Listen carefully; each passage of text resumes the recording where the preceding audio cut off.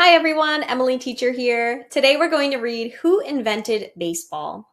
Popular legend tells us that baseball was invented in 1839 by Abner Doubleday. When Doubleday died on January 26, 1893, he might reasonably have been expected to be remembered, if at all, for his martial exploits as a Union general during the Civil War, or as an author of two substantial tomes on that conflict, written in the years of his retirement. But in a curious quirk of history, Abner Doubleday is today remembered by most people for neither of these accomplishments. He's famous for having invented baseball. So, talking about Abner Doubleday, um, legend has it that he invented baseball and he did many other things in his life. But to this day, he's pretty much just remembered for inventing baseball.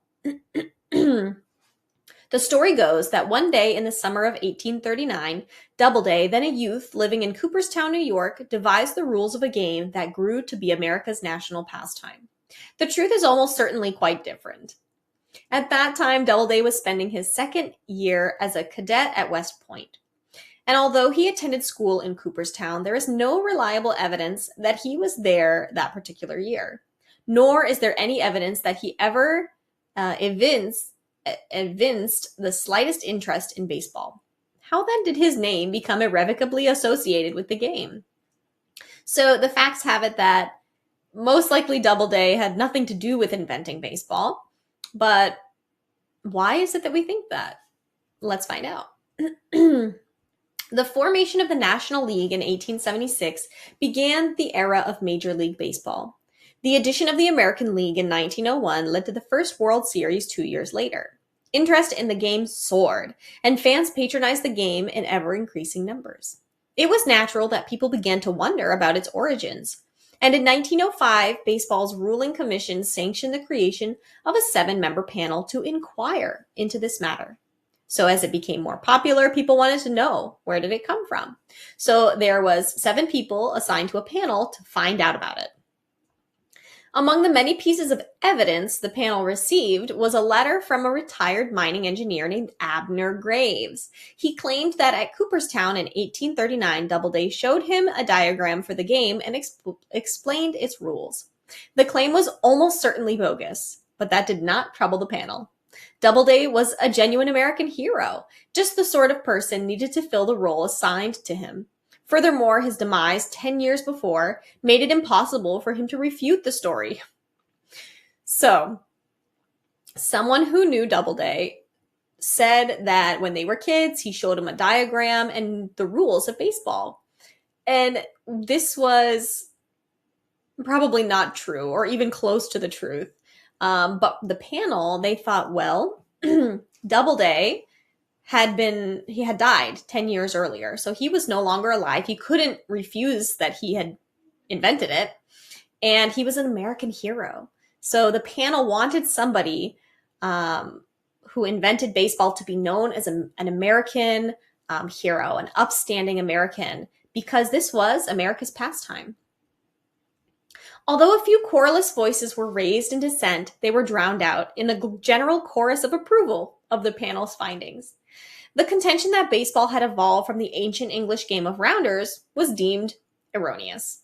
Baseball, it could confidently be asserted, was a thoroughly American creation. So, if you know anything about America, they want things to be purely American. So, many thought that it maybe came from this old English game and developed from there, but no one wanted to believe that. In 1939, to mark the occasion of baseball's 100th birthday, the Baseball Hall of Fame was inaugurated. Located in Cooperstown, halfway between Schenectady and Utica, New York, it occupies the original site of the Cow Patch, on which, according to legend, the very first game of baseball was played. Including in its collection of baseball memorabilia is a scuffed and misshapen baseball. It was found in the attic of a nearby farmhouse in 1866, and the claim was made that it was the actual ball used in the historic 1839 game. So even though all of this information was based off of most likely lies, still we see the Baseball Hall of Fame was marked and put in Cooperstown, supposedly where this first game happened. And there's even a baseball that was supposedly used at the very first baseball game. But likely, this information and things would be really hard to actually have or know where it came from. So it may just be there for show, for a little bit of fun thinking about it. Abner Doubleday was almost certainly had nothing to do with the invention of baseball. The game did not have its birthplace in Cooperstown, and the ball enshrined in its Hall of Fame is highly unlikely to have had anything to do with the game's origins. But these considerations are all irrelevant. Mundane facts have little appeal, but myths, especially those with heroes, exert a powerful pull on the imagination. That is why the story of Abner Doubleday endures. Not because it's factual, not because any of it is real, but people like a good story. Thanks for reading with me today. We have links that are related to each article, and if you want the link for this one here, you can find it down in the description below.